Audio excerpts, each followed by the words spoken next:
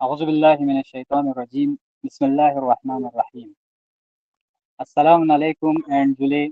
उम्मीद करता हूँ कि आप सब खैर आफियत से होंगे। जैसे कि आप सबको मालूम है कि आल कारगिल लद्दाख स्टूडेंट एसोसिएशन दिल्ली के जानिब से डिफरेंट वेबिनार अरेंज करते हैं और आज अक्सर ने एक और interactive session CUET and PMSSS के ऊपर इनेकाद किया है। मैं Zeeshan Haidari, finance secretary of Aksar और पूरे अक्सर के टीम के जानिब से senior mentor mister Hamid Ali साहब एंड मिस्टर मोहम्मद बाकर का बहुत शुक्रगुजार हूँ कि आप दोनों ने अपना वक़्त निकाल कर आज के इस सेशंस में ज्वाइन हुए और साथ ही साथ हमारे जितने भी स्टूडेंट्स हैं और पार्टिसिपेंट्स हैं उनका हम वेलकम करते हैं और उम्मीद करते हैं कि आपके जितने भी क्वेरीज है या आपका जो भी कंफ्यूजन्स है या कोई भी सवालात हो सेशंस के आखिर में टाइम दिया जाएगा और आप लोगों से गुजारिश है कि डेकोरम का खास ख्याल रखें। तो मैं ज़्यादा वक्त न लेते हुए हमारे आज का पहला स्पीकर मिस्टर मोहम्मद बाकर से गुजारिश करता हूं कि वो शुरू करें। मिस्टर मोहम्मद बाकर। अस्सलाम वालेकुम जुली। मेरा नाम मोहम्मद बाकर और मैं सबसे पहले आल कारगिल लद्दाख स्टूडेंट एसोसिएशन दिल्ली उनकी तमाम एग्जीक्यूटिव मेंबर्स और बाकी तमाम सेल हेल्थ मेंबर्स सबका मैं शुक्रिया अदा करना चाहता हूँ कि उन्होंने मुझे इस काबिल समझा कि मुझे यहाँ पे आने की तौफीक दी। तो हमारा मेन टॉपिक है CUET और PMSSS। तो मेरा मेन टॉपिक था CUET। सबसे पहले CUET एक ऐसा एग्जाम है जिसकी वजह से हमें इंडिया में जितने भी सेंट्रल यूनिवर्सिटीज थे, स्टेट यूनिवर्सिटी कॉलेज, उन सब में हमें एडमिशन मिलता है, जिसके माध्यम से हमें एक अच्छे से अच्छे CUET का केंद्र CUET जिसके माध्यम से हमें अच्छे से अच्छे कॉलेज हमें मिलता है। तो सबसे पहले CUET में कुछ लेकिन आप लोग ये मत सोचिए कि खाली CUET देने से आपको एडमिशन मिल जाएगा। एक्चुअल में जब आप CUET देते हैं उसके बाद आप अलग अलग कॉलेज अलग अलग यूनिवर्सिटीज के लिए एक एग्जाम देना होता है, एक रजिस्ट्रेशन फॉर्म देना होता है, अलग अलग उनका फॉर्म निकलते हैं, तो फॉर्म आप लोगों को फिल करना होता है। तो जैसे कि हम सबसे पहले बात करें तो दिल्ली यूनिवर्सिटी दिल्ली यूनिवर्सिटी में म्यूजिक कोर्स के लिए CSAS पोर्टल निकलता है, जिसके माध्यम से आप लोगों को एडमिशन मिलेंगे। तो मैं अपना स्क्रीन शेयर करना चाहूँगा यहाँ पे। तो प्लीज एक मिनट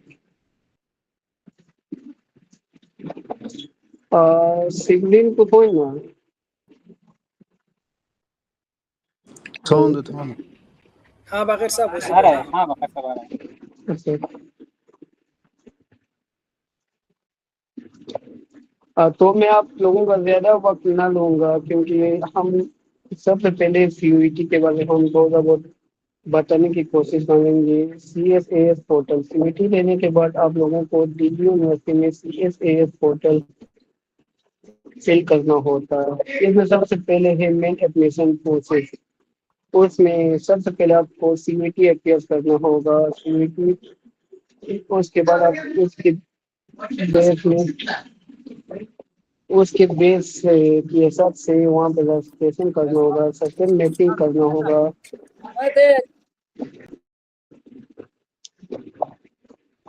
कोर्स फिल करना होगा। तो ये सब क्या है, हम थोड़ा बहुत इन शॉर्ट हम जानने की कोशिश करेंगे। सबसे पहले CUET जब हमने CUET में फॉर्म फिल करते हैं उसी वक्त हमें सही तरीके से CUET में सब कुछ सिलेक्ट करना होता है। तो मेनली सीयूटी में लोग को अपने हिसाब से अपने मन मर्जी से सब्जेक्ट सिलेक्ट करता है, जिसकी वजह से लोगों को एडमिशन नहीं मिल पाता। तो सबसे बेस्ट कॉम्बिनेशन यही होता है सीयूटी में कि आप इन डोमेन्स में एक जनरल टेस्ट और एक इंग्लिश लैंग्वेज के लिए, ताकि आप हर एक कोर्स में एलिजिबल हो सके। लेकिन जो तीन डोमेन से वो सी जो आपने क्लास 12 में लिया हुआ है वही सब्जेक्ट होना चाहिए। जब आप सब्जेक्ट फिल करते हो सीयूईटी में, आप रजिस्ट्रेशन करते हो, अपने लिए कुछ डॉक्यूमेंट्स होना चाहिए, like CUET application, DOB, personal academic detail, वो सब। और उसके अलावा कुछ डॉक्यूमेंट्स वहाँ पे अपलोड करना होता है। डॉक्यूमेंट्स में मेन बात करें तो जब सीएएस का पोर्टल आएगा सीयूईटी के रिजल्ट आने के बाद, अभी फिलहाल आंसर की आया हुआ था शायद कुछ दिन पहले। उसके बाद आप लोगों का रिजल्ट आएंगे, रिजल्ट के लगभग एक या 2 वीक के अंदर दिल्ली यूनिवर्सिटी अपना पोर्टल ओपन करेंगे। जहाँ पे मेनली उससे पहले लेकिन आपको कुछ डॉक्यूमेंट्स यहाँ पे लाना पड़ेगा, like 10-12 marksheet, CUET score card. वो तो आपको रिजल्ट में ही सीयूईटी की रिजल्ट मार्क पर नहीं आएंगे। अपना फोटो, लेकिन फोटो अपडेटेड होना चाहिए, अपना साइन, अपना आधार कार्ड के रिक्विट और मिसाल, और अगर आप सपोर्ट के लिए अगर सर्टिफिकेट हो तो आप वो भी ला सकते हैं। लेकिन जो यहाँ पे जितने भी डॉक्यूमेंट्स है उन सब का नाम बिल्कुल सेम होना चाहिए, क्योंकि अभी आप एडिट कर सकते हैं, लेकिन जब आप फॉर्म फिल करेंगे उस वक्त अपना नाम बिल्कुल चेंज नहीं किया जा सकता। तो आधार कार्ड जब भी आप अपलोड करेंगे उससे पहले आप एक बार जरूर देखना कि आपका आधार कार्ड अपडेट है या नहीं, क्या नाम बिल्कुल सेम है या नहीं। तो जब आप लोग डॉक्यूमेंट अपलोड करेंगे उसके बाद एक आएंगे सब्जेक्ट मैपिंग। मैंने इसीलिए बोला था कि जो आप लोगों ने क्लास 12 में लिया है वो आप सीयूईटी में भी ले लो, ताकि क्योंकि दिल्ली यूनिवर्सिटी में मोस्टली सब्जेक्ट मैपिंग होता है कि आपने इंग्लिश किसके बदले लिया, इंग्लिश के बदले।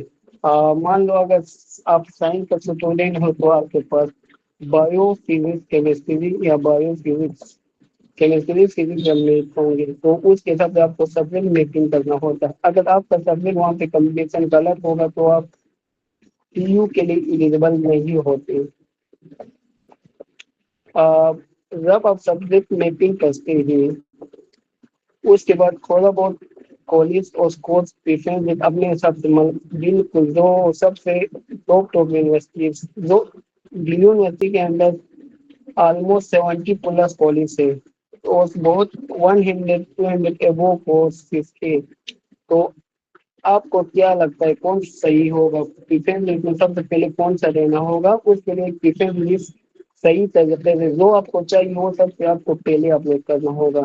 तो प्रेफरेंस लिस्ट का एक पीडीएफ है मेरे पास, मैं आपको दिखाता हूँ ये सेशन खत्म होने के बाद।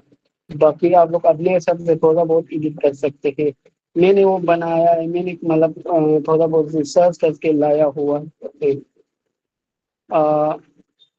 लेकिन जो ये प्रेफरेंस लिस्ट होता है वो बिल्कुल मेन होता है, क्योंकि इसी की बेस पे आपको कॉलेज, आपका कोर्स, आपका जो ड्रीम कॉलेज से ड्रीम कोर्स है वो सब मिलेंगे। लाइक अगर आप लोगों ने कॉमर्स लेना है या साइंस लेना है तो वो सबसे पहले आपको ये देखना होता है कि कौन सा कॉलेज मेरे लिए सही होगा। मेनली दिल्ली यूनिवर्सिटी में लोग प्रिफर करते हैं नॉर्थ कैंपस। ऐसा नहीं कि खाली नॉर्थ कैंपस ही सही है, लेकिन नॉर्थ कैंपस के साथ साथ खुद एक साउथ कैंपस भी है जो मतलब अलग अलग कोर्स के लिए बिल्कुल सही होता है। तो आप उसके हिसाब से अपने सबसे पहले आप खुद को पता होना चाहिए कि आपको लेना क्या है, तो उसके हिसाब से हम हमें आप बता सकते हैं, तो हम आपको गाइड करेंगे। क्योंकि अभी फिलहाल फॉर्म नहीं आया तो आपको मतलब प्रेफरेंस लिस्ट क्या है उतना समझ में नहीं आएंगे। अब बस यही मान के चलो कि ये एक ऐसा लिस्ट है जिसके बेस पे आपको कॉलेज और आपको कोर्स मिलेंगे, और यहाँ पे जितना आप कमांड करें उतना आप फिल कर सकते हो। लेकिन जो फर्स्ट सेकंड थर्ड में जो मतलब ऐसे लिस्ट के हिसाब से आप लोगों को ये बनाना होगा, मतलब पुलिस और स्पोर्ट अपने पसंद के हिसाब से बनाना होगा। जब आप पेशेंस में बनेंगे उसके बाद कुछ दिनों के बाद आपका सीट एलोकेट होंगे। अगर आपको सीट मिला है तो सीट आपको किस के बेस पे मिलेंगे। आगे ये नहीं मिलता कि आपको मार्क्स ज्यादा होगा तो आपको मिलेंगे, या आपको मार्क्स बहुत कम होगा तो आपको मिलेंगे, ऐसा बिल्कुल नहीं होता। मेनली यहाँ पे सिक्योरिटी के स्कोर के तहत आपका कैटेगरी क्या है, आप एलिजिबल हो कि नहीं उस कोर्स के, क्या आपके पास रिजर्वेशन है, कौन सा कौन सा कोर्स आपने सिलेक्ट किया है, क्या वहाँ पे सीट है कि नहीं, इसके बेस पे आपको सीट एलोकेट होता है। जब आपको सीट एलोकेट हो उसके बाद आपको सीट को सबसे पहले एक्सेप्ट करना होता है। याद रखना, यहाँ पे मैंने एक इम्पोर्टेंट नोट भी लिखा है। अगर कोई स्टूडेंट ऐसा हो कि उस एक पर्सन का कॉलेज ना मिला और उसने एक्सेप्ट भी नहीं किया, वो रिजेक्ट भी नहीं किया, वो भूल गए, तो वो ऑटोमेटिकली वो उसका फॉर्म वहीं से कैंसिल हो जाएगा।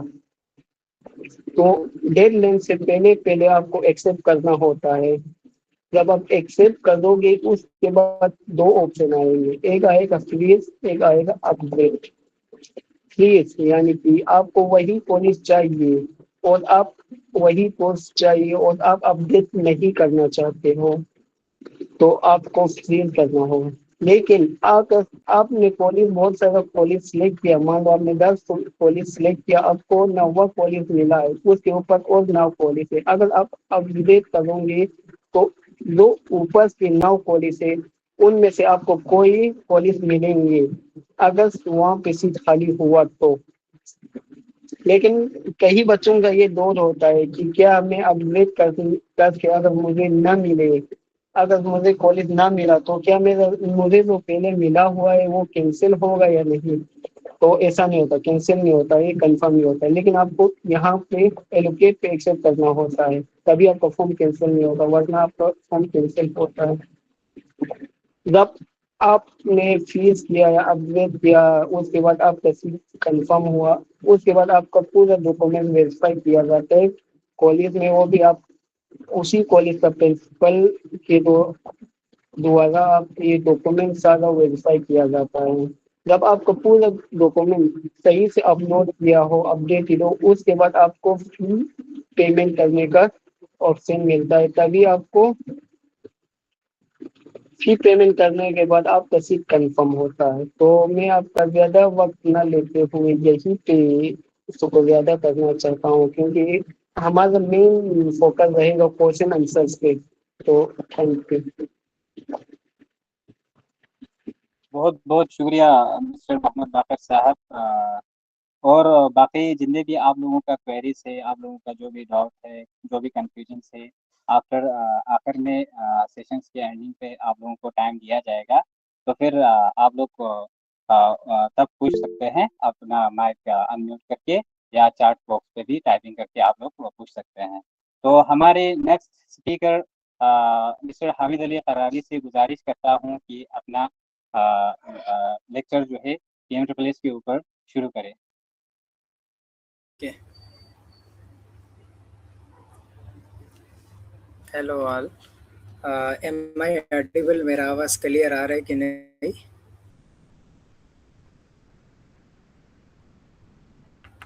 आवाज क्लियर आ रहा है कि नहीं? Okay. यस यस यस आ रहा है हामिद भाई। Okay. Okay, guys. Okay, so first of all, Assalamu alaikum as well as Julie to all the participants. सबसे पहले फिर एक बार मैं धन्यवाद करना चाहूँगा आल करगिल स्टूडेंट एसोसिएशन दिल्ली के सारे रिस्पेक्टेड एग्जीक्यूटिव मेंबर्स का, कि उन्होंने फिर एक बार आप लोगों के लिए हमारे न्यू कमर्स ब्रदर्स और सिस्टर्स के लिए फिर से CUET और PMSSS के ऊपर एक इम्पोर्टेंट सेशन का, इस साल का दूसरा ये सेशन है, वो इनेकाद किया। और साथ ही साथ आज के स्पीकर जो मेरे साथ इस सेशन में था, बरदर मोहम्मद बाकर साहब, शायद मैं उम्मीद रखता हूँ हमारे सारे पार्टिसिपेंट्स से कि आप लोगों ने बहुत सारे इम्पोर्टेंट चीज़ बाकर साहब के लेक्चर से सुना होगा।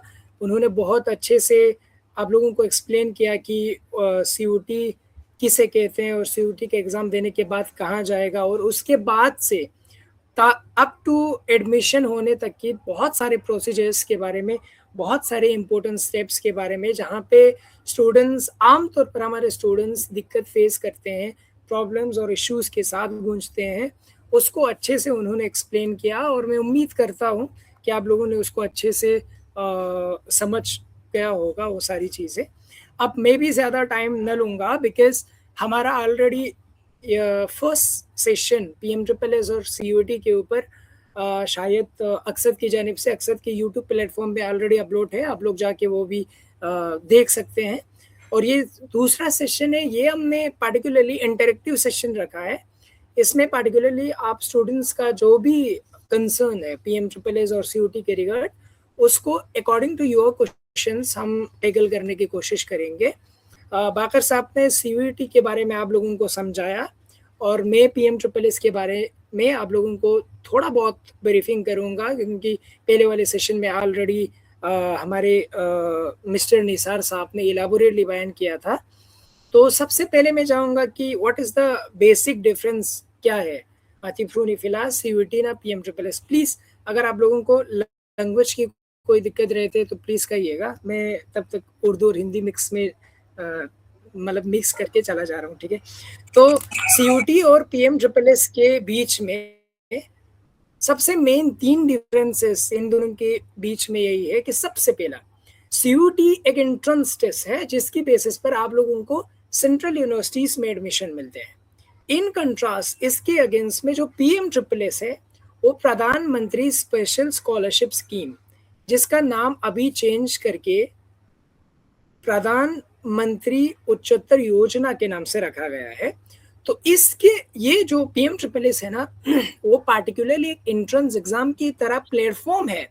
एंट्रेंस एग्जाम नहीं है, लेकिन एंट्रेंस एग्जाम की तरह एक प्लेटफॉर्म है जहाँ पे पार्टिकुलरली स्टूडेंट्स को कॉलेजेस भी अलॉट होते हैं और काउंसलिंग्स भी इसके अंदर होते हैं CUT की तरह।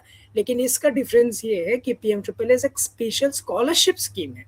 इसके द्वारा से आप जब PMSSS में अवेल करेगा तो आपको टाइम टू टाइम स्कॉलरशिप मिलेगा। ये आपको फाइनेंशियल सपोर्ट देते हैं आप लद्दाख जैसे क्षेत्र से निकाल के। और दूसरा डिफरेंस यहाँ पे आ जाता है कि जो PMSSS है, इट इज़ ओनली मिंट आप जम्मू कश्मीर से या लद्दाख के स्टेट से बाहर जाके पढ़ना होगा दूसरे स्टेट्स में, तब जाके आप लोगों को PMSSS अवेल होगा। जबकि जो CUT है वो आपके सारे सेंट्रल यूनिवर्सिटीज़ में देना होगा, इसकी बेसिस पर एडमिशन मिलते हैं।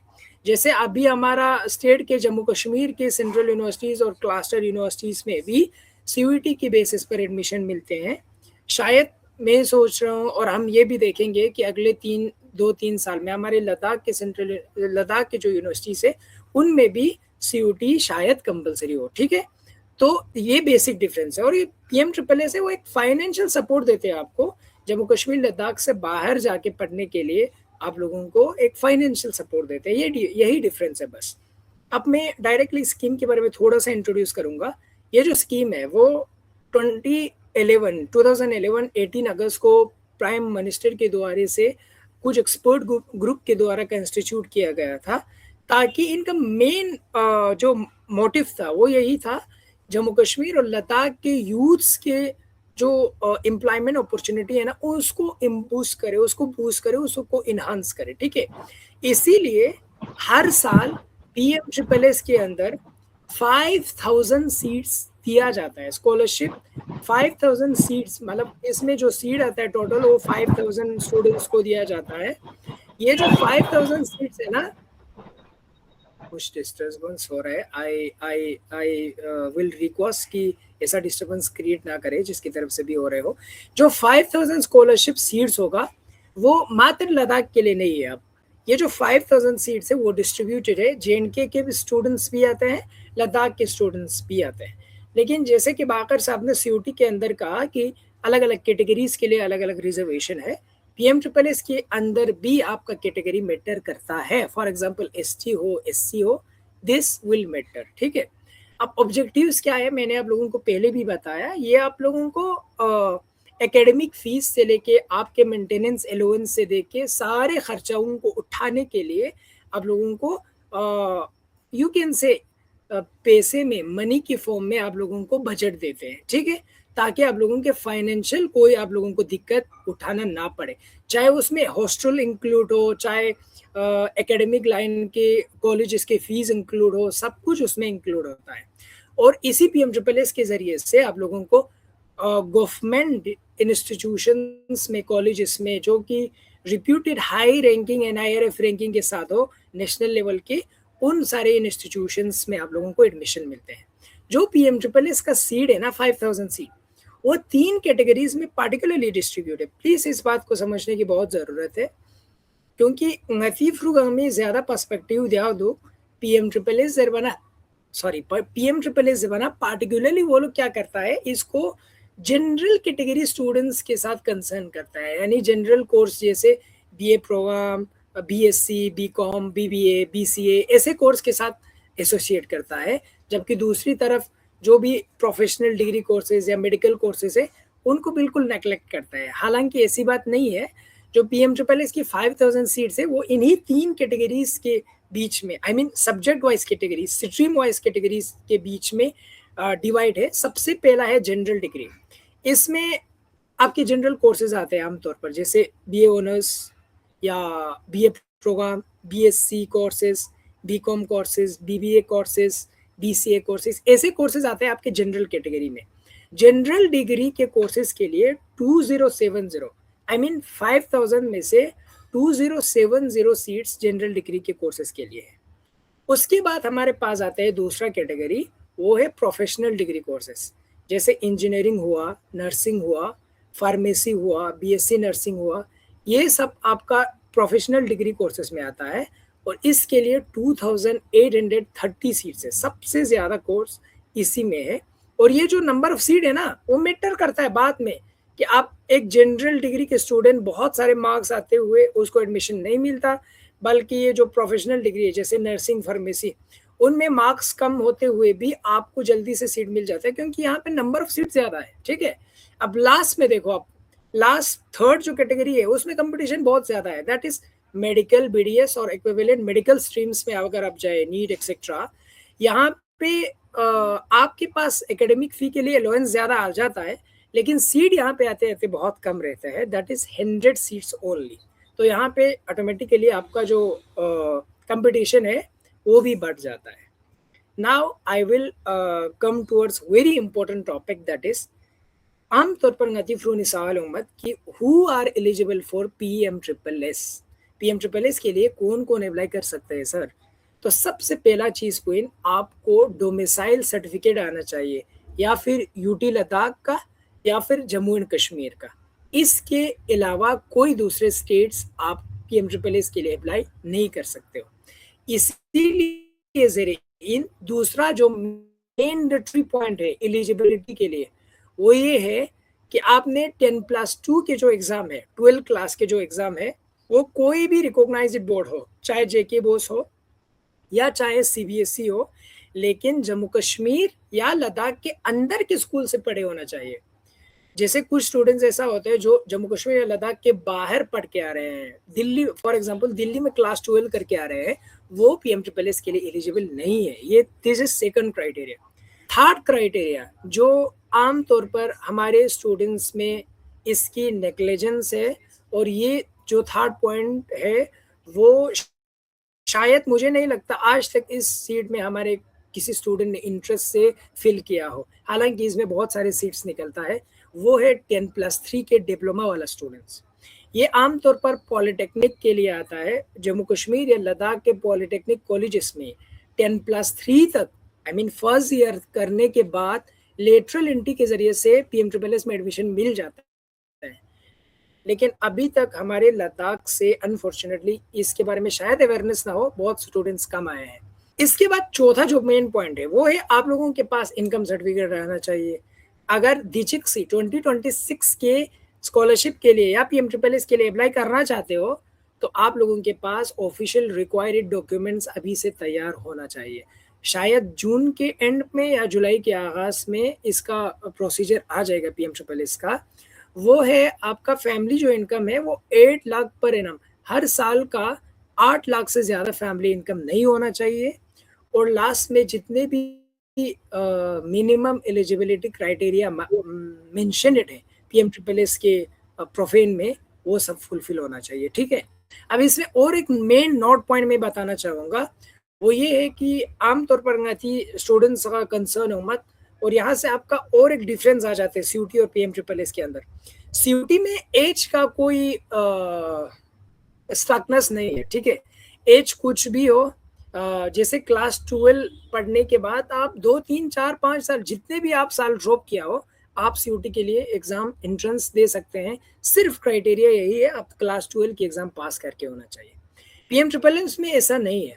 पीएम ट्रिपल एस में अप्लाई करने के लिए आपको सिर्फ 2 साल पहले का होना चाहिए। जैसे कि मैं क्या कह रहा हूँ, 2026 रिजल्ट हो जाती, 2025 के स्टूडेंट्स का रिजल्ट आया ना, वो तो ऑटोमेटिकली एलिजिबल है 2026 के पीएम ट्रिपल एस के लिए। उसके साथ साथ 2024 में जिन्होंने एग्जाम दिया था ना, वो इसके लिए एलिजिबल है। उससे पहले के सेशन के, जैसे किसी ने 2023 में 12th क्लास किया होगा पास, उसका 2026 में कुछ एडमिशन नहीं होगा, वो एलिजिबल नहीं है। तो पीएम ट्रिपल एस के लिए आपके पास सिर्फ 2 साल ही आपको रिकॉग्नाइज्ड होना चाहिए। एक या फिर इसी साल में आप पास हुआ होगा, या फिर 1 साल इससे कम साल में, जैसे 2024 में पास हुआ होगा, ठीक है। 2024 के आप स्टूडेंट हो, इससे पहले वाले का सेशन इधर एलिजिबल नहीं पाया जाता है, ठीक है। अब इसी में मेन पॉइंट आता है कि कौन एलिजिबल नहीं है पीएम ट्रिपल एस के लिए। सबसे पहले चीज, आप लोगों को एआईसीटी पोर्टल पे जाके खुद को रजिस्टर्ड करना होगा। अगर जिसने रजिस्टर्ड नहीं किया, वो ऑटोमेटिकली आउट ऑफ काउंसलिंग चला जाएगा। सेकंड पॉइंट इज, आप सेंट्रल या स्टेट इंस्टीट्यूशन की कोई भी कॉलेजेस में एडमिशन लिया हो, अगर वो कॉलेज एआईसीटी के अप्रूव्ड कॉलेज नहीं हो, तो वो कॉलेज तो उसमें आपको पीएम ट्रिपल एस अवेल करने की एलिजिबिलिटी नहीं आएगा। तीसरा पॉइंट है, कोई भी इंस्टीट्यूशन को ज्वाइन करने से पहले ये चेक करे कि क्या वो इंस्टीट्यूशन पीएम ट्रिपल एस के साथ, सॉरी, एआईसीटी के साथ अलॉटेड इंस्टीट्यूशन है या नहीं है, ठीक है। अब सम इम्पोर्टेंट डॉक्यूमेंट्स जो इसमें रिक्वायर्ड होता है, जिन डॉक्यूमेंट्स मेरा सजेशन है अभी से रेडी रखना चाहिए। सबसे पहला है डोमिसाइल सर्टिफिकेट आना चाहिए आपको, चाहे यूटी लद्दाख को या जेएंडके का। दूसरा, क्लास 10, 12 का मार्कशीट, आमतौर पर क्लास 10 का मार्कशीट ही मांगता है। Third point is family income certificate. पहला भी मैंने बोला, ये 6 मंथ से पहले बने हुए नहीं होना चाहिए। पीएम इनकम सर्टिफिकेट की बात कर रहा हूँ, 8 लाख से ज्यादा फैमिली इनकम नहीं होना चाहिए। Fourth point is caste certificate जो है ना आपका, उसमें पार्टिकुलरली जो भी अथॉरिटी से बनाए हुए हो, उसका सील के साथ सिग्नेचर होना जरूरी है। उसके बाद पासपोर्ट साइज फोटो चाहिए आपका, आपके गार्डियन का, आई मीन फादर का और मदर का भी, ठीक है। अब पीएम ट्रिपल एस के एस्पिरेंट्स के लिए कुछ एडवाइजरी है, वो ये है कि जैसे सीयूटी बाकर साहब ने ऑलरेडी इसके बारे में बयान किया, स्टूडेंट्स को जनरल स्ट्रीम कोर्सेज में पार्टिकुलरली जो एडमिशन लेगा, particularly general stream courses BA, LLB, इसमें उनको पहले से ही सीयूटी में सीयूटी के अंदर एग्जामिनेशन अपीयर किया होना चाहिए पीएम ट्रिपल एस में एडमिशन मिलने के लिए, ठीक है। ये पार्टिकुलरली इसलिए हुआ है क्योंकि रिसेंटली 2-3 सालों में सीयूटी को बहुत सारे ऑलमोस्ट सेंट्रल यूनिवर्सिटी इंडिया में इसको कंपलसरी बनाए गए हैं, इसलिए सीयूटी एग्जाम को। Second point is very important point, वो स्टूडेंट्स जो बीएससी नर्सिंग प्रोग्राम्स में एडमिशन लेना चाहेंगे, वो नीट एग्जामिनेशन क्वालिफाई करके होना चाहिए, particularly this is for professional course. And third is registration process, जो अभी आया नहीं है, और मैं इसमें एक पॉइंट इम्पोर्टेंटली बताना चाहूँगा। वो पॉइंट ये है कि अभी तक ना आप लोगों को सीयूटी का रिजल्ट डिक्लेयर हुआ है, लेकिन बहुत जल्द डिक्लेयर होगा। बाकर साहब ने भी बोला कि प्रोफेशनल आंसर की यूं से आप कोई अगर चैलेंज करना चाहेंगे तो उसको चैलेंज कर सकते हैं। सीयूटी की बात कर रहा हूँ, अभी सीयूटी का रिजल्ट आना बाकी है और पीएम ट्रिपल एस का एडमिशन प्रोसीजर ओपन होना बाकी है। ये दोनों जब ओपन होगा ना, इसके बाद वाला जो फेज है, वो फेज सबसे इम्पोर्टेंट और मैंडेटरी फेज है। वो सारे स्टूडेंट्स को कॉन्शियसली और अटेंशनली उस फेजेस को बहुत केयरफुली भरना होगा। और इंशाल्लाह मैं उम्मीद रखता हूँ all Kargil student association Delhi से भी कि उनके एग्जीक्यूटिव मेंबर्स उस टाइम पे भी आप लोगों को स्टेप टू स्टेप वाला पूरा डिटेल प्रोसीजर वाला वेबिनार के साथ भी शायद आप लोगों से फिर से वो लोग इंटरेक्ट करेंगे, ठीक है। तब तक रजिस्ट्रेशन प्रोसेस के कुछ ही मैं ब्रीफिंग करूंगा। सबसे पहले आप लोगों को एप्लीकेशन पे जाके रजिस्ट्रेशन करना होता है, आई मीन खुद के एप्लीकेशन फॉर्म सबमिट करना पड़ता है। फिर दूसरा स्टेप आता है चॉइस फिलिंग और मेरिट लिस्ट। सीयूटी के अंदर और PMSSS के अंदर, दोनों के अंदर सबसे मेन इंपॉर्टेंट पॉइंट यही है, चॉइस फिलिंग करना और मेरिट लिस्ट करना। यही मैटर करता है कि आप किस कॉलेज में जाएंगे, किस कोर्स में जाएंगे भी या नहीं, ठीक है। फिर आपके पास सीट एलोकेशन वाला सिस्टम, ऑनलाइन काउंसलिंग सिस्टम आ जाता है। उसके बाद जो आप लोगों को एडमिशन मिलता है या ना मिलता है उसके बेसिस पर ज्वाइनिंग और ये सारी चीज़ें आती है।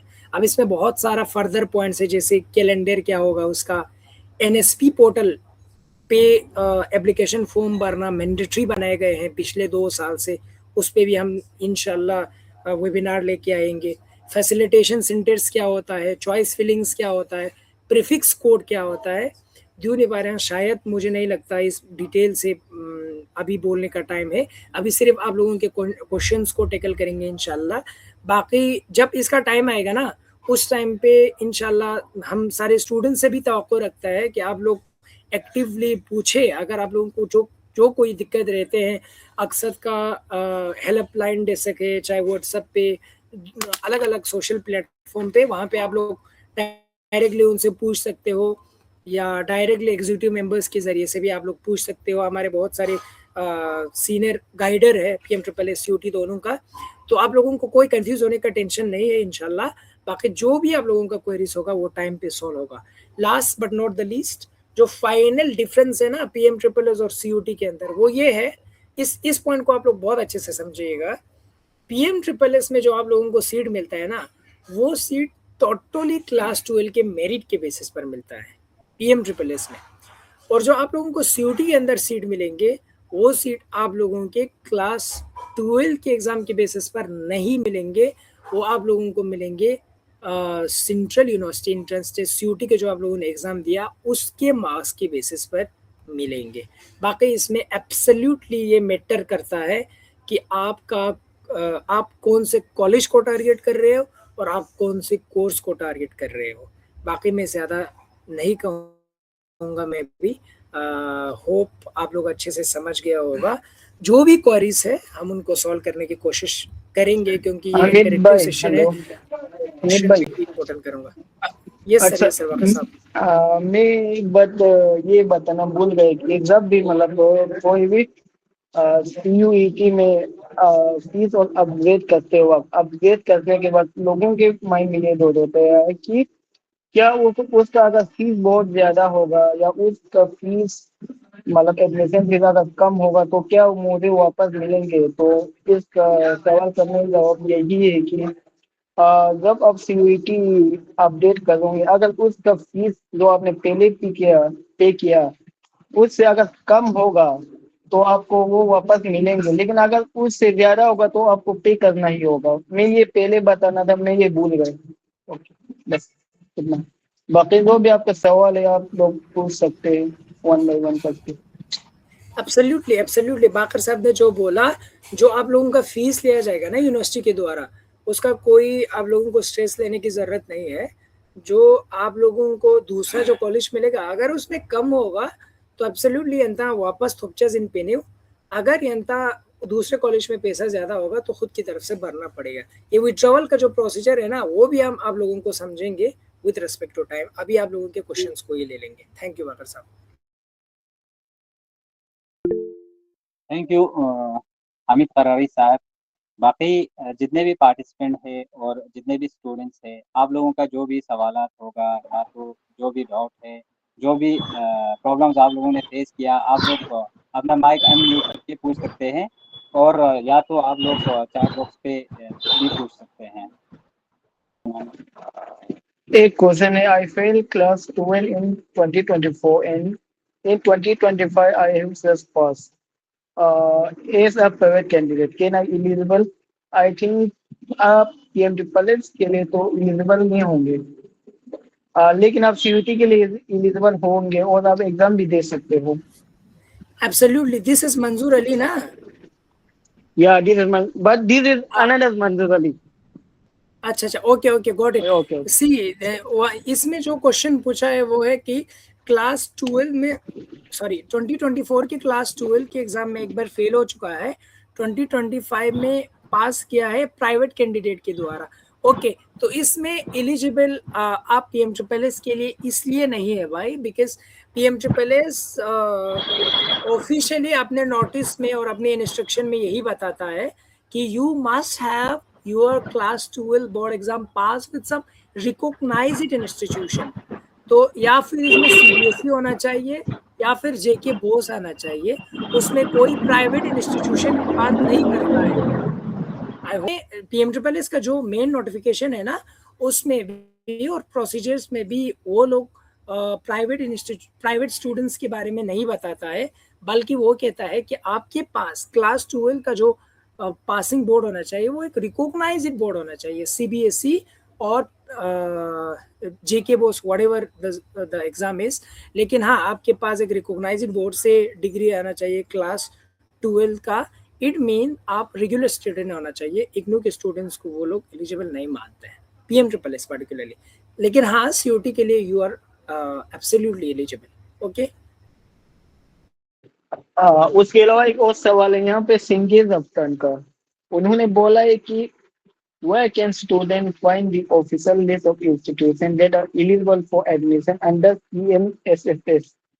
If a student take admission directly in a college without participating in PMSSS counseling, can he or she still claim the PMSSS scholarship? Or student pursuing course through distance education open university?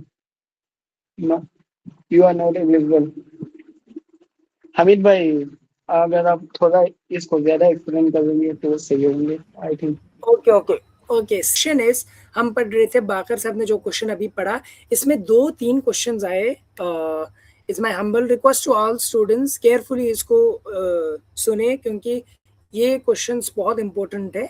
सबसे पहला question इसमें आया कि official list of institution PM triple S के लिए आपको कहाँ मिल जाएंगे। ठीक है, देखो, जितने भी इंस्टीट्यूशन का ऑफिशियल लिस्ट मिलते हैं वो आप गूगल से भी क्रॉस चेक कर सकते हो पीएम ट्रिपल एस का के साथ एसोसिएट है कि नहीं है।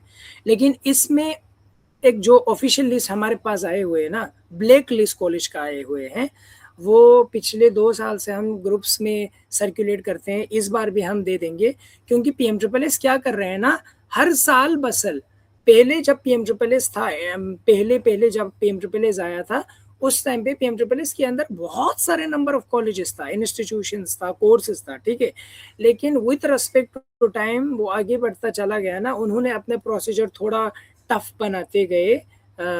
लाइक पिछले 1-2 साल में एनएसपी के साथ एसोसिएट किया, अदर ऑथेंटिकेशन का फॉर्म लाया। ठीक है, इन सारे प्रोसीजर्स के द्वारा उन्होंने अपना प्रोसेस थोड़ा कम्प्लेक्स बनाते गया, तो कुछ कॉलेज इसको ब्लैक लिस्ट में निकाला गया है। अब ब्लैक लिस्ट कुछ कॉलेजेस ब्लैक लिस्ट क्यों बन गए, इनका हिस्ट्री भी बहुत बहुत लॉन्ग लास्टिंग हिस्ट्री है, शायद इसमें क्योंकि हमारे पास उतना टाइम नहीं है। लेकिन हाँ, ब्लैक लिस्ट कॉलेज का हमारे पास लिस्ट है, हम अक्सर के अलग अलग प्लेटफॉर्म के ग्रुप्स में सर्कुलेट करेंगे। उन लिस्ट को ध्यान से रखते हुए उन कॉलेजेस को ना भरे पीएम ट्रिपल एस अगर आप अप्लाई कर रहे हो तो। ठीक है, बाकी दूसरे कॉलेज को आप अप्लाई कर सकते हैं। ये है मेरा पहले क्वेश्चन का आंसर। और जो दूसरा क्वेश्चन किया पूछा है वो है, if a student takes admission directly in a college without participating in PMSSS counseling, can he she still claim the PMSSS scholarship? इसमें साफ आपको मना हो जाता है। The answer is absolutely no, because अगर आप PMSSS का स्कॉलरशिप अवेल करना चाहेंगे ना, तो आपको PMSSS के काउंसलिंग में पार्टिसिपेट करना है। PMSSS में आपको सीट मिले या ना मिले, it is not compulsory and it is not mandatory at all. The only mandatory thing, मतलब आपके पास जो ज़रूरी है वो ये है कि यार PMSSS प्रोसीजर्स को हमारे फैसिलिटेशन सेंटर पर जाके सबमिट करके होना चाहिए। उसके बाद वाले प्रोसीजर में चाहे आपको PMSSS के अंदर कॉलेज ना भी मिला हो, सीयूटी के बाद में आप चेंज कर सकते हैं PMSSS के अंदर। ठीक है, तो यहाँ पे आपको साफ आंसर यही मिलता है कि PMSSS के काउंसलिंग आप लोग सब केयरफुली अपने जगह पर सारे प्रोसीजर करके रखिएगा, ताकि बाद में आप लोगों के पास ऑप्शन 2 आ जाता है, PMSSS के अंदर भी सीट मिले या फिर COT वाला सीट को PMSSS में तब्दील करें। ये भी प्रोसीजर लंबा है, बाद में हम इनको अच्छे से डिस्कस करेंगे जब आप लोगों के पास इनसे रिलेटेड फर्दर कंसर्न्स हो, ठीक है। फिर अगला क्वेश्चन है, are students pursuing courses through distance education open university hybrid learning modes eligible for PMSSS? शायद इसका आंसर मैंने पहले भी बोल दिया कि PMSSS में जाने के लिए आपको रिकॉग्नाइज बोर्ड से 12 क्लास किया होना चाहिए। आई मीन रेगुलर स्टूडेंट्स को प्रेफरेंस देते हैं, इसलिए इग्नू के स्टूडेंट्स या डिस्टेंस मोड स्टूडेंट्स को वो लोग एलिजिबल नहीं मानते हैं। या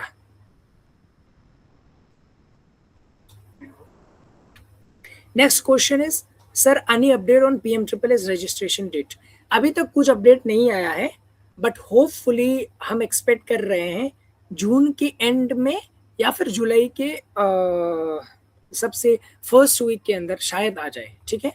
आप लोगों को अपने जगह पे रिक्वायर्ड डॉक्यूमेंट के साथ रेडी रखना है। नेक्स्ट क्वेश्चन सिंगे का है दोबारा, after receiving a PMSSS seat, is it possible to change the institute or course which continue to receive the scholarship? Under what circumstances can a PMSSS scholarship be suspended or cancelled after admission? तो आप update कर सकते हैं या समीर भाई? कोई नहीं बाकर साहब, you can answer. You can answer. यहाँ पे आप अपडेट कर सकते हैं, लेकिन अगर आप PMSSS की थ्रू एडमिशन मिला है, लेकिन वहीं पे अपडेट करने का ऑप्शन मिलेंगे दोबारा। PMSSS में भी जैसे कि मैंने CUET में बोला प्रीफरेंस लिस्ट होता है, वैसे ही लिस्ट आपको बनाना होगा, उसके हिसाब से अपडेट करेंगे तो आपको एडमिशन मिलेंगे और आपका जो स्कॉलरशिप है वो कैंसिल नहीं होंगे। बाकी उसके अलावा हमीद भाई, can please at some point if I forgot it? या इसमें मैं 2 चीजों को इलाबोरेटली बयान करना चाहूंगा, क्योंकि पिछले बार सबसे ज्यादा कंसर्न इश्यूज हमारे स्टूडेंट्स ने फेस किया था ना, वो इसी क्वेश्चन के अंदर किया था कि सबसे पहला कंसर्न जो सबसे इम्पोर्टेंट था उस पिछले सारंगाती स्टूडेंट ज्यादा फेस किया था ना, वो कंसर्न ये था कि जो PMSSS में आप लोग प्रेफरेंस रखते हो ना सीट, दी कॉलेज पुगेनपी का फर्स्ट इस कॉलेज और ये कोर्स, फिर सेकंड में ये कोर्स और ये कॉलेज, ये जो प्रेफरेंस है ना, वो प्रेफरेंस कहीं ना कहीं सेंट्रल यूनिवर्सिटी में CUT के अंदर जो प्रेफरेंस करते हो ना, उसके साथ कहीं ना कहीं मैचअप होना चाहिए, जो क्योंकि बाद में आपको दिक्कत ना आए, ठीक है। कभी कभार क्या होता है CUT के अंदर आपको, फॉर एग्जाम्पल के लिए बोल रहा हूँ, प्लीज बाद में इसको आप लोग मिसअंडरस्टैंड मत करना। फॉर एग्जाम्पल आपको CUT के अंदर स्टीफन कॉलेज मिल गया, यूनिवर्सिटी ऑफ दिल्ली का, ठीक है। PMSSS के अंदर आपको स्टीफन कॉलेज नहीं आएगा, क्योंकि Stephen college blacklist college है। तो इस समय पर आपको क्या आएगा, क्लैश आ जाएगा आपके PMSSS के प्रेफरेंस और CUT के प्रेफरेंस में, ठीक है। तो इसीलिए आप लोगों को पहले से ही इस पे ध्यान से जो आप लोग अपना प्रेफरेंस शीट भरेगा वो केयरफुली भरिएगा, ताकि ऑलमोस्ट यूनिवर्सिटीज और कॉलेजेस मैच करें, यानी PMSSS के साथ CUT का, ठीक है। अगर दोनों में आप लोग पार्टिसिपेट कर रहे हो तो। दूसरा क्वेश्चन इसमें पूछा है, under what circumstances can a PMSSS scholarship be suspended और कैंसिल्ड आफ्टर एडमिशन? देखो, एडमिशन होने के बाद, एडमिशन होने तक सस्पेंड होने का चांसेस बहुत ज्यादा रहता है, एडमिशन होने के बाद सस्पेंड होने का चांसेस बहुत कम रहता है। लेकिन हाँ, कुछ चीजों में सस्पेंड बहुत तुरंत ही हो जाता है और सस्पेंड होना तय ही है। सबसे पहला पॉइंट है, यंता PMSSS के अंदर जब आप लोगों को एडमिशन मिला ना, आप लोगों ने पार्टिसिपेट किया ना, उसके बाद आप लोगों को कहीं भी इजाजत नहीं है कि दूसरा स्कॉलरशिप को आप लोग अवेल करें। इस साइड से अगर आप लोग PMSSS को अवेल कर रहे हो तो दूसरी तरफ से कोई भी स्कॉलरशिप स्कीम को आप लोग अवेल नहीं कर सकते। इवन आपके स्टेट ट्राइबल जो भी आप लोगों को स्कॉलरशिप आता है, NSP का जो भी स्कॉलरशिप आता है, वो लोग अवेल नहीं कर सकते हो, क्योंकि अगर सेम टाइम पे आप लोग 2 स्कॉलरशिप अवेल कर रहे हो ना, तो ऑटोमेटिकली आपका एक स्कॉलरशिप सस्पेंड होगा ही होगा, ठीक है। एक प्रोसेस ये। दूसरा सस्पेंड का तब होता है एडमिशन के बाद वो लोग कैलेंडर निकालता है PMSSS कि आप लोगों को कुछ दिन के अंदर ही जिस इंस्टीट्यूशन में एडमिशन हुआ है उस इंस्टीट्यूशन में ज्वाइनिंग लेटर लेके जाना है। अगर आप लोग ड्यू डेट के अंदर वहां पे जाके एडमिशन नहीं किया और वहां पे जाके सारे प्रोसीजर्स को सबमिट नहीं किया, डॉक्यूमेंट को सबमिट नहीं किया, तो उस टाइम पे सस्पेंड होने का चांसेस बढ़ जाता है। आई थिंक होप आप लोग इस आंसर को भी समझ गया होगा।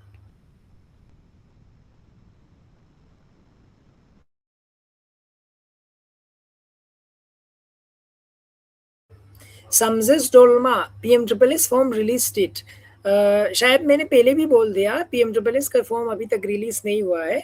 वी आर एक्सपेक्टिंग कि शायद जून के एंड में या जुलाई के स्टार्टिंग में आ जाएगा। फिर रफ्तन का और एक क्वेश्चन है कि are students enrolled in fully online degree programs eligible to receive PMSSS scholarships? इसका जवाब आपने पहले दिया था, नो। हाँ, ये तो फिर से वही हुआ ना, इग्नू वाला हुआ, तो ये एलिजिबल नहीं होगा। शायद मैंने पहले भी सब कुछ बोल दिया है।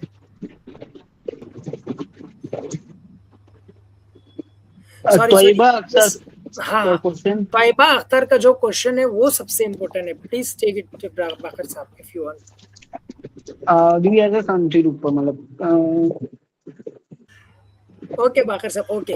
देखो, तोयबा अख्तर का जो क्वेश्चन है ना, ये बहुत इम्पोर्टेंट है। हमारे अभी तक हमने 2-3 साल में जो गाइड किया है, बहुत सारे स्टूडेंट्स को इस इश्यू के साथ भी कंसर्न हुआ है कि पिछले साल हमने AICTE में रजिस्ट्रेशन किया था, बट कोई कॉलेज अलॉट नहीं हुआ। इस बार कैसे हम एडमिशन कर पाएंगे, यही है ना आंसर। ओके, देखो, सबसे पहले तो रजिस्ट्रेशन कैंसिल करने की जरूरत पड़ता है, इसलिए क्योंकि वहां पे आपका ईमेल ऑलरेडी लिंक्ड है और आपका नंबर ऑलरेडी लिंक्ड है। अगर आप दूसरे ईमेल या दूसरे नंबर के साथ ओपन कर रहे हो तो वो इजीली आप इजीली उसके लिए एलिजिबल हो, रजिस्ट्रेशन कर सकते हैं।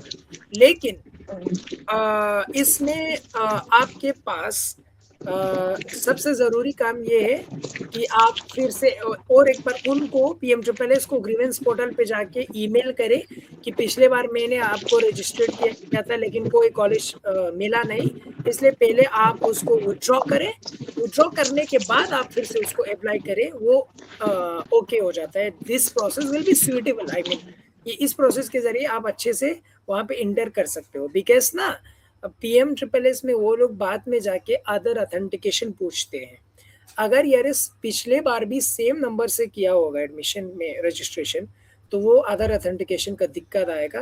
बाद में ऐसा ना हो, इसलिए पहले से ही बेहतर है आप पहले विथड्रॉ करें, उनको इन्फॉर्म करके फिर से रजिस्ट्रेशन करें। ठीक है, ओके। उसके बाद मोहम्मद हुसैन का एक क्वेश्चन है, can a student apply for PMSSS in NCET course like BSc, B.Ed, BA, and if yes, please tell me the procedures.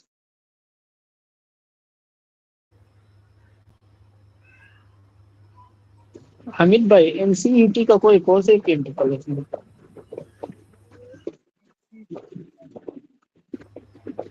बाकर साहब, यू मस्ट नो ना। No. I have no idea. BSc BA course के बारे में तो मैंने बोला, NCET course, I am really sorry, NCET course के बारे में मुझे भी उतना नॉलेज नहीं है।